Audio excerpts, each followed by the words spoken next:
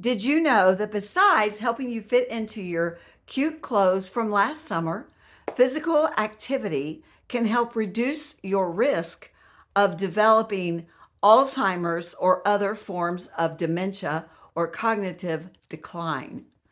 I read some studies from Stanford University and Bloomberg that up to 45% less likelihood of developing Alzheimer's if you exercise or get aerobic activity at least 3 times a week. That's not very much. And it doesn't have to be just jumping jacks and going crazy, because a lot of us can't do a lot of really, really strenuous activity. But enough activity that elevates your heart rate and keeps it elevated for a little bit of time. Doesn't have to be an hour, maybe 20 minutes, but get your heart rate up, get your blood pumping, get a little bit of heat down your back. That can help you defeat or lower your risk anyway of developing those issues. My mom and I, we kind of have a difference of opinion. She kind of thinks nothing is hereditary. And a lot of families, you do have more likelihood in a lot of, I think it is, I'm not a doctor, but you have a lot more chance of developing those kind of issues. She just thinks it's the luck of the draw, pretty much.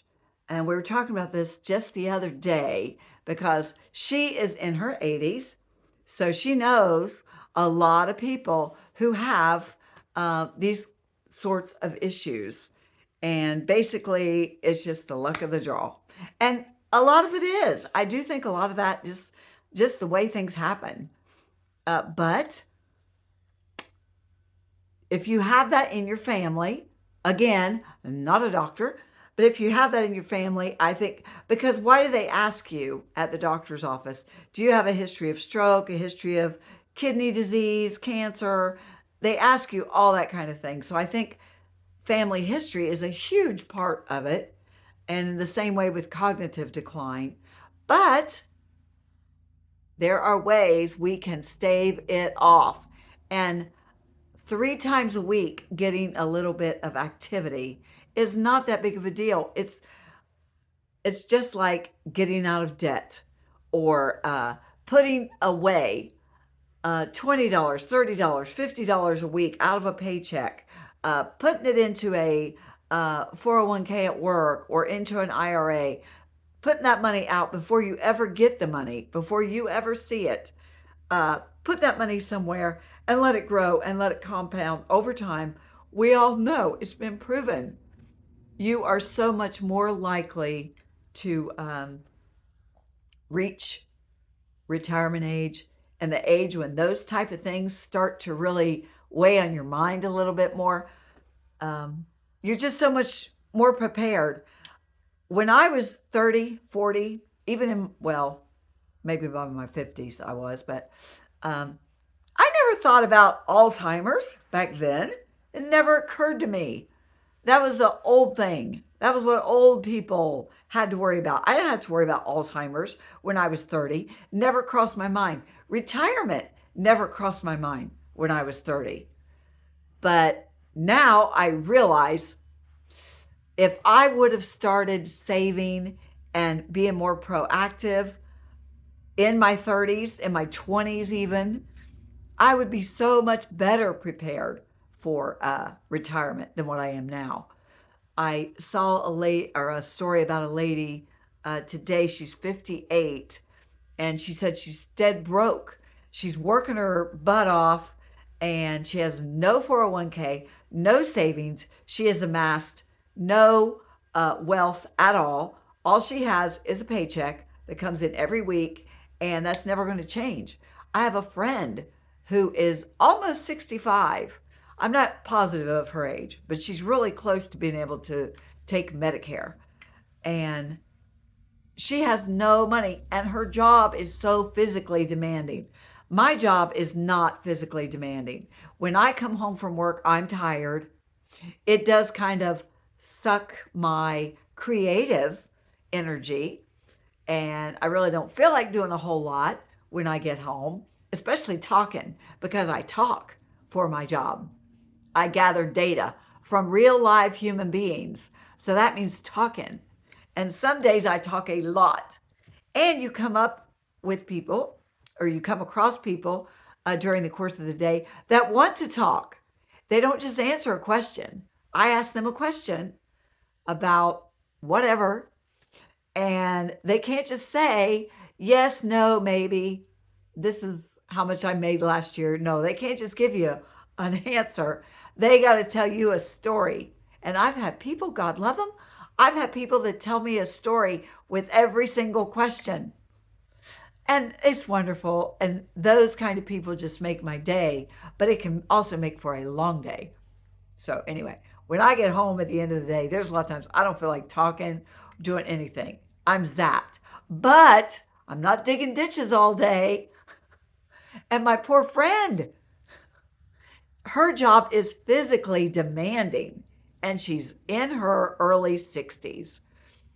And she has no choice, no savings, no money, in debt, not prepared for retirement, not thinking about retirement at all, because that's just how life is.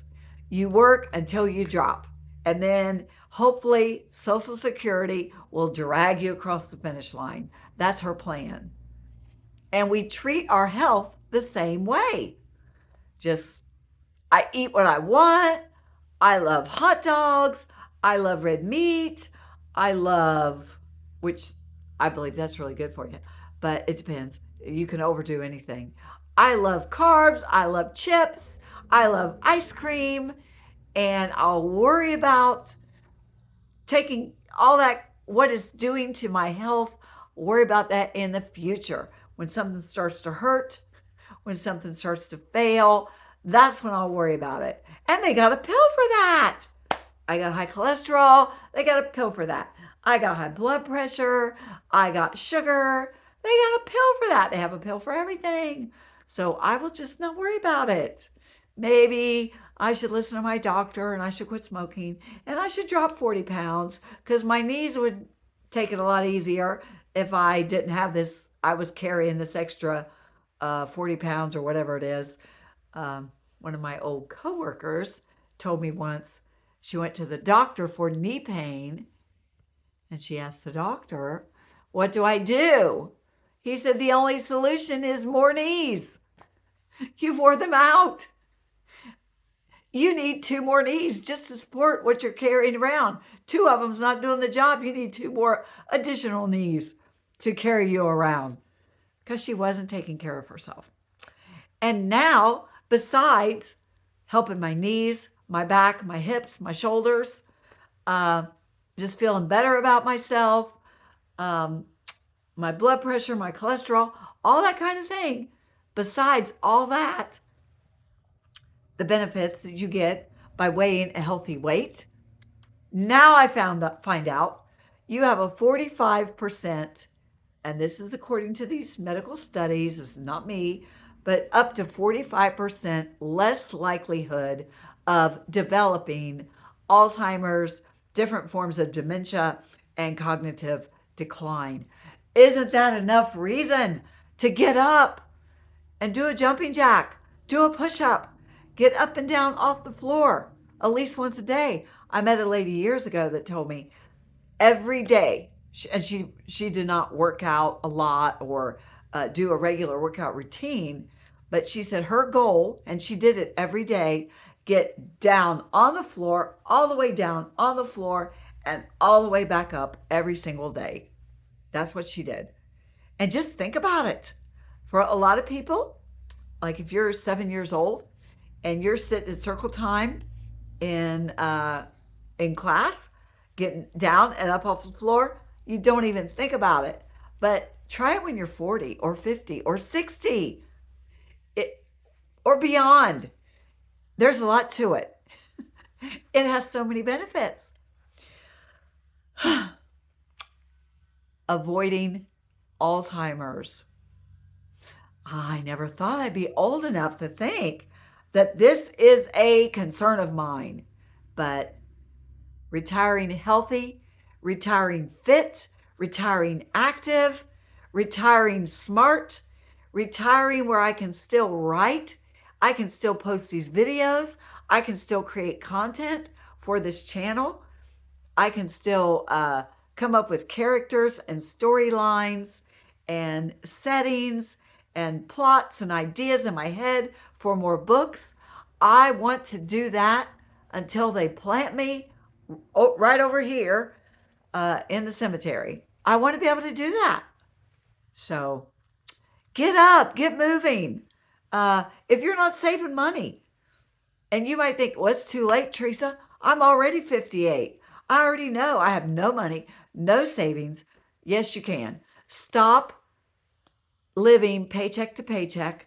Stop living above your means, because obviously, if at the end of the week you do not have money left over, or you have to rely on a credit card to get you through the end of the week until the next paycheck comes along, you're doing something wrong. And I'm sorry, I hate to say it like that, hate to be strict, sound judgmental, but you are making a mistake. You're doing something. Write out a budget, write out what you're planning, skip everything that does not have to be done.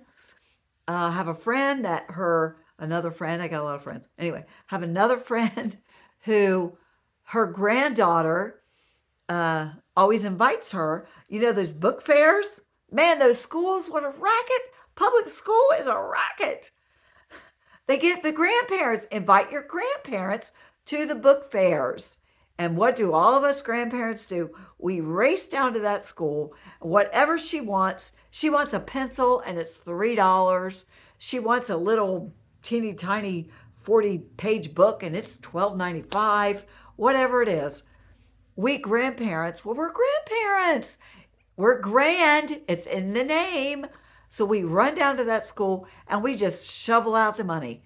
You can't afford that. If you are out of money by the end of the week, you cannot afford to go down there, and you love your grandbaby. Of course, she's gorgeous, and it's wonderful that she wants you to buy her books and pencils and little things for her hair.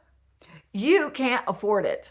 You either tell her, sweetie, I won't be there, or I will be there with you and I'll watch you shop, but I'm not giving you any money, or I'm giving you $5 or $10, whatever extra that you have. But we can't do that. I know you love your granddaughter, and maybe her other grandma is there and she's just forking it over. Great, let her do it. If you have no money at the end of the week, you can't afford that.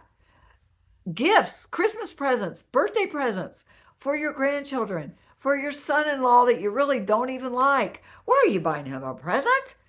He doesn't need anything. He has a full-time job. He does not need you. Stop. So, stop with the money. Get hold of the money.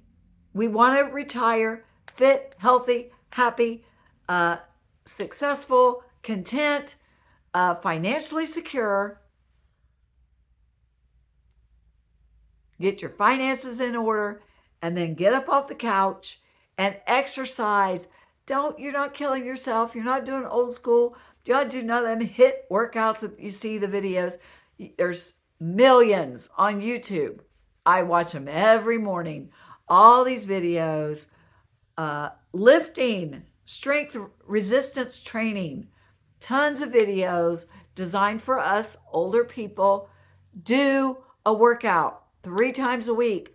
Reduce your risk of Alzheimer's and cognitive decline by 45%. It's not hard. Say no to your cute little granddaughter who wants you to go down there and spend money at the school. Just say, no, sweetie, I love you, but Granny just can't. She's still going to love you. Have a great day. Stay strong, stay fit, stay healthy, stay happy, and I will see you on the next video.